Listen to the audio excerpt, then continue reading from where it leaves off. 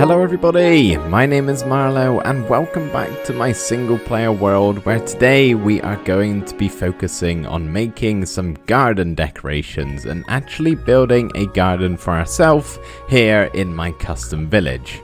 And it's going to be going right here on this patch of grass in between the fisherman's house and the toolsmith house. So originally my plan for this little area was simply to just connect up this pathway with that one over there and maybe add a few bits of foliage here and there. But we've actually got quite a substantial amount of room here and I think we could do something a bit more interesting. When it comes to designing a garden in Minecraft, I feel like there's two ways you can go about it. You can either make something fairly natural and free-flowing with no real rhyme or reason as to where everything's going, or you could go on the opposite end of the spectrum and build something that's super organized, very structured and symmetrical. Now, I'm going to be picking the former here and go with something more natural, purely because I'm not a big fan of symmetry, especially with builds like this. So if you're picking the same style as me and going for a more natural vibe, then there really isn't a whole lot of planning required.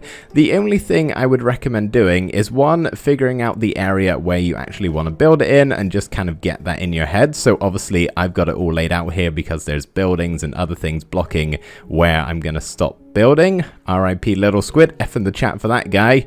Ah, so sad.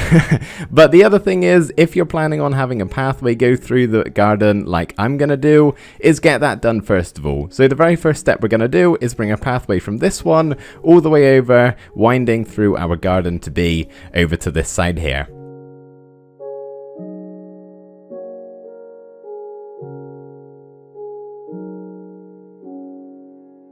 The pathway has been added in, and as you may be able to tell, I've gone a little bit heavier with the coarse dirt here, the mossy cobble, granite and path blocks than I have in the previous pathways we've built, and that's simply because seeing as this is a garden walkthrough, I feel like the pathway would get a little bit dirtier than the main ones up here. So that's just a fine little detail I added in that most likely would have gone unnoticed if I didn't say anything. But anyway, we are now ready to start building the actual decorations here, and don't mind the squid, they do that sometimes. I don't know why.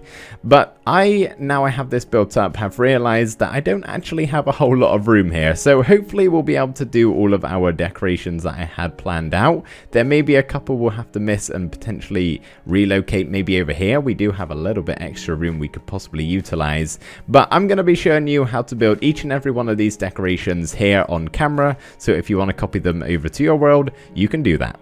So I would recommend building the larger decorations before the smaller ones, simply because if you happen to start running out of room, it's going to be easier to squeeze in a smaller decoration than a large one. That just makes sense, right? But having said all that, none of these decorations here in this video are particularly large. None of them will breach more than, let's say, a 3x4 area, with the exception of one that I'm fairly certain we're going to have to relocate anyway, because I think it's too big for the area we're working with here.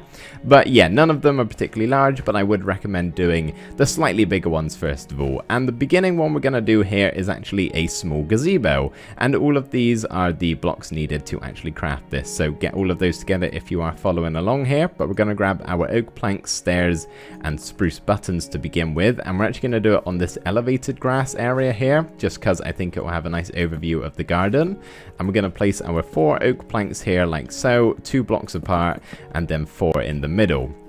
We then need to pick a side where it's going to have a staircase leading up to it, so I think we pick the background here, and then the other 3 sides can have some upside down stairs just like so. Then we can switch over to our spruce buttons and just simply place 2 of those on each of the oak planks here, just like that, to make a little extra detail. And then we can switch over to our brick walls and spruce fence gates and have a brick wall on top of all of the corners, and then on the side where we don't have the staircase leading up to it, just have 2 fence gates like so. Next up, we need to actually get on top of the brick walls here, and we're going to grab our spruce fences, spruce trap doors, and we're simply going to have 1, 2 fence with a trapdoor on top.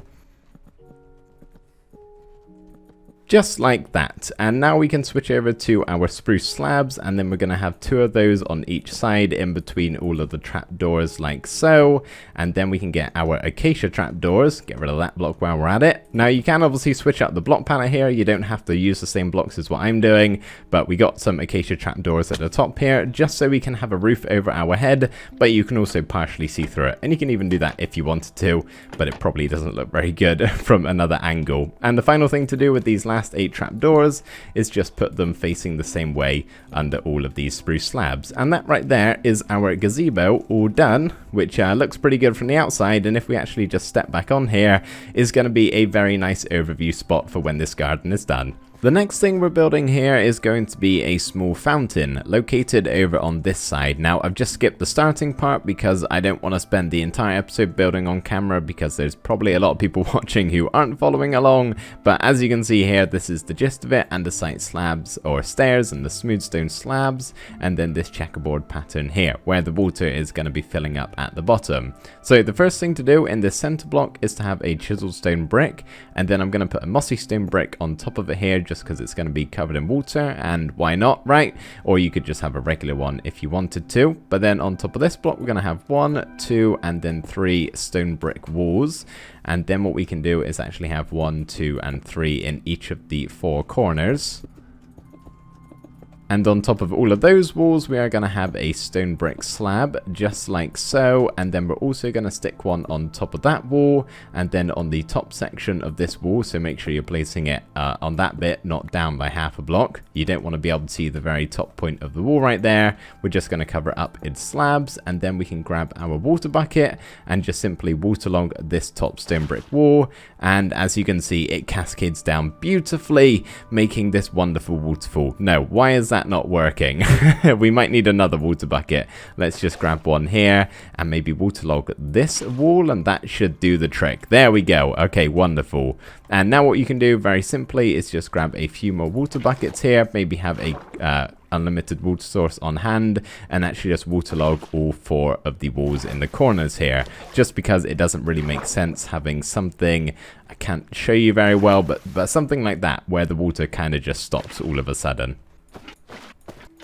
This next build we're going to do here isn't actually my own design. I saw it on Instagram, but the trouble is I don't know who the original creator is. I saw it from one of those repost accounts, and they're quite well known for not giving credit. So to whoever made this, it's really cool, and I'm really sorry that I'm not going to be able to credit you. If I happen to find it after I've recorded this video, I'll put something on the screen or down in the description. But yeah, that's if I can find it, which is a big if. But anyway, the first thing we need to do is gather up all our things here. Gonna need some pistons to do some pushing, and just some food types to go on our plates here. Some string to hold up the carpet.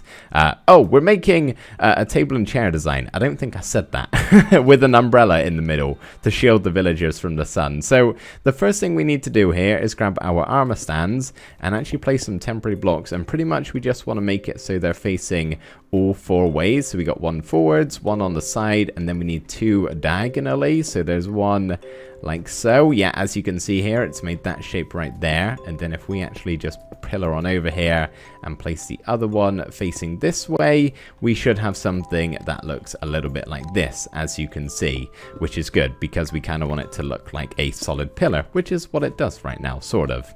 But next up, we're going to grab our dark oak slabs and stairs, or slabs and trapdoors, and just have 4 of them surrounding them on the diagonal, and then some trapdoors on the back, which looks slightly different for me. This is a custom texture of mine, but as the backs to the chairs.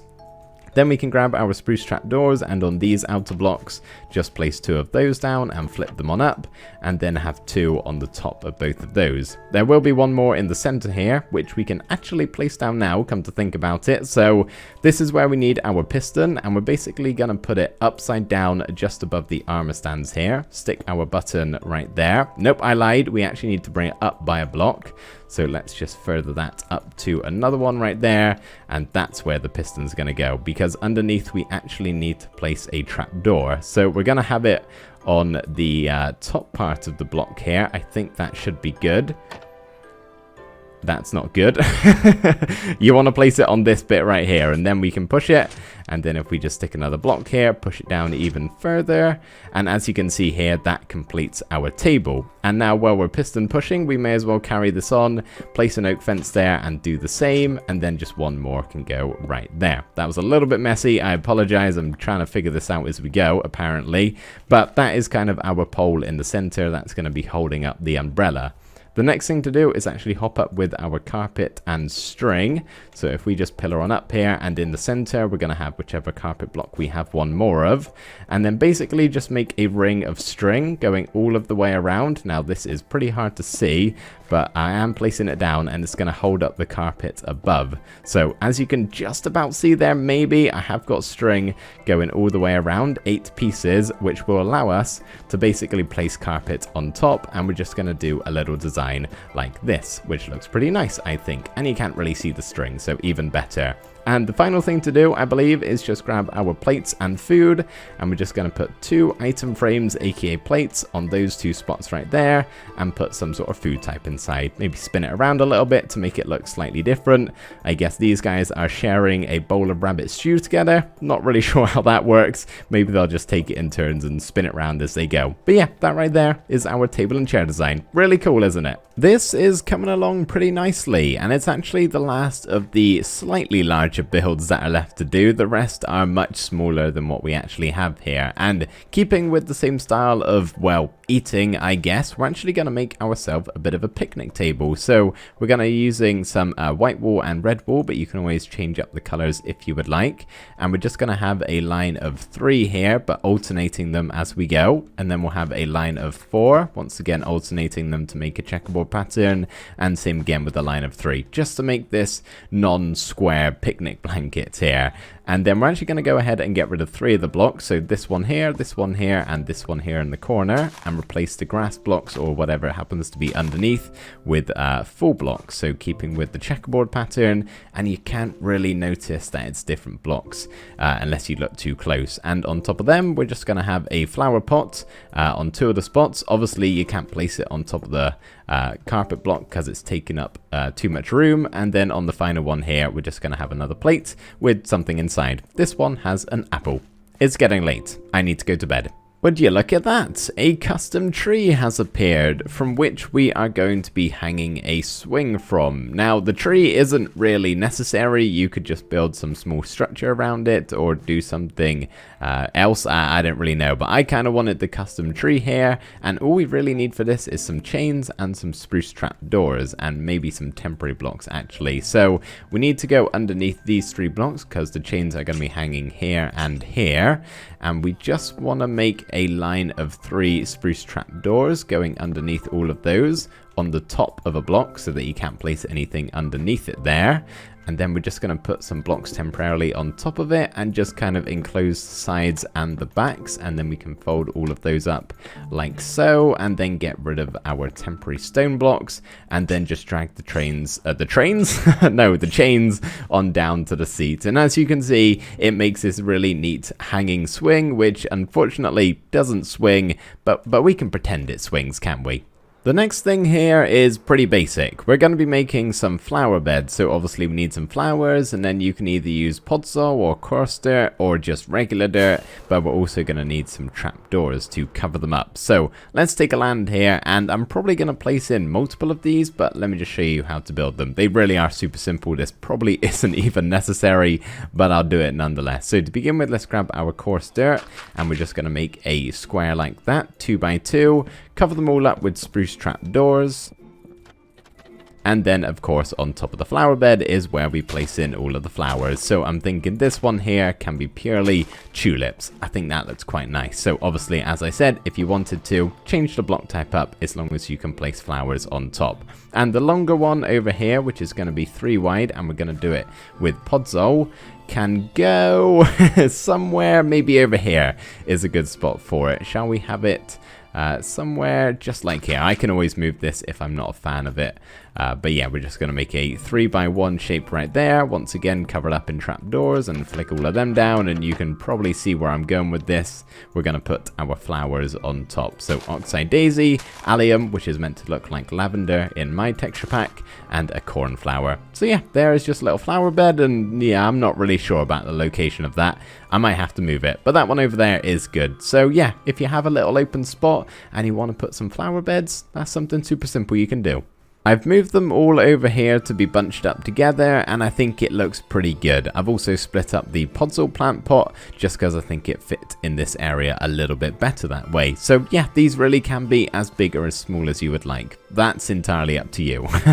But we're now ready to move on to the next decoration here, which is actually going to be something I think we dot variously along the pathway here. I think it might look quite good. So if we maybe build the first one over here in this open spot, so we're going to need a spruce log and strip that thing, and then put spruce signs on all 4 of the sides of the block right there. Then a flower pot on top with a fern or a dead bush if you wanted to. I think either of those would actually work.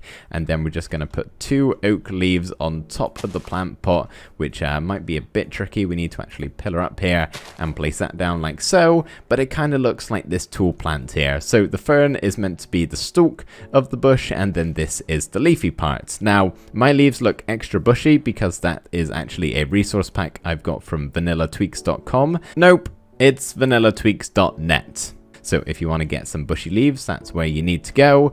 But it does look pretty good just in vanilla anyway, because the fern actually connects right up to the top of the block there. So I'm thinking with these, as I said, we just kind of dot them along the pathway here. Maybe just 4 or even 5.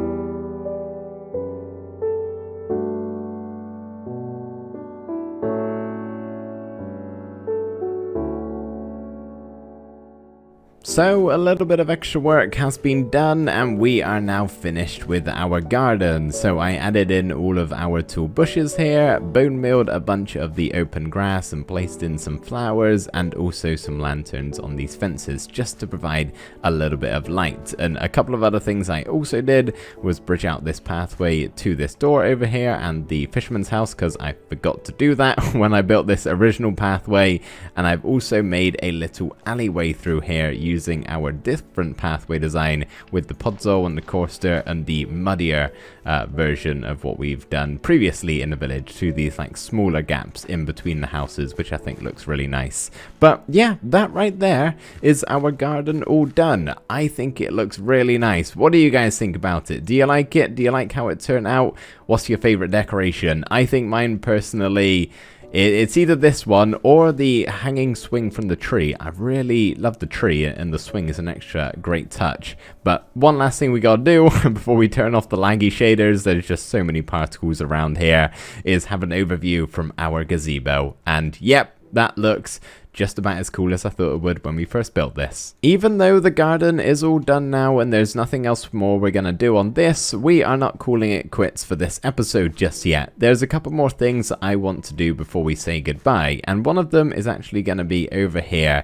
in this open spot. I've got a build in mind that is actually going to concern you, Horsey, which we will get to in a short while. But before we do that, I need to fly over the village wall here and head over to our cat tower. So not last episode, but the one before that, we caught and tamed every single cat in the game, and here they are on top of their cat tower, all 13 of them.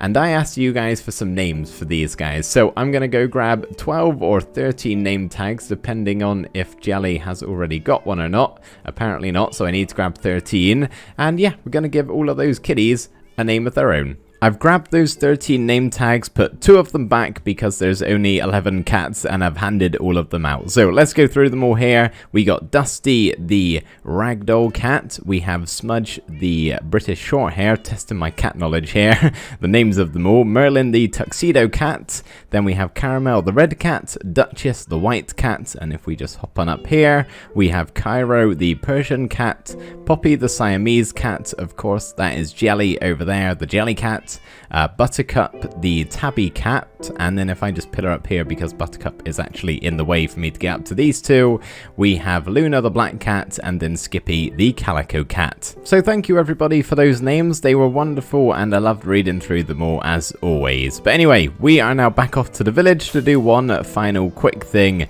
over by where this horse is stayed put. Thank you. You do need to move though because you're kind of in the way. Actually, you might not be. If I just push you like a little bit this way and you stay perfectly still for about 15 minutes, the build will actually happen around you, but I'm willing to bet that will not be the case.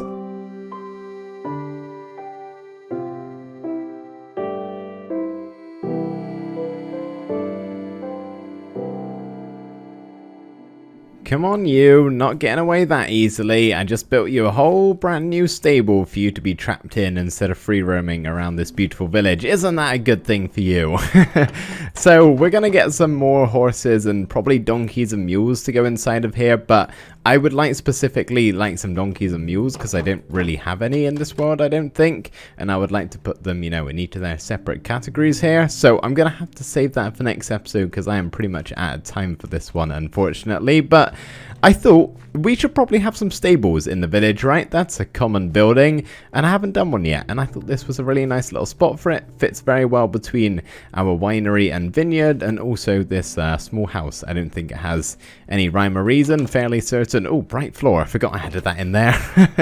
But yeah, fits in quite nicely. I do quite like it, and don't worry buddy, we get you some friends soon. So that everybody is gonna do it for today's episode. I really hope you did enjoy watching and that helped you out if you were looking for some garden tips. It's just behind us there looking magnificent. I'm really happy with how it turned out, and maybe next episode we'll do some more work on the village here. I do want to try and start making some good progress here because we've only got a little bit left on that section of the village here, and then we have everything else below me, which is probably going to take a bit more time, but it'll be cool when this thing is done in many episodes time probably. But thank you guys so much for watching. I really hope you enjoyed, and I'll see you next time.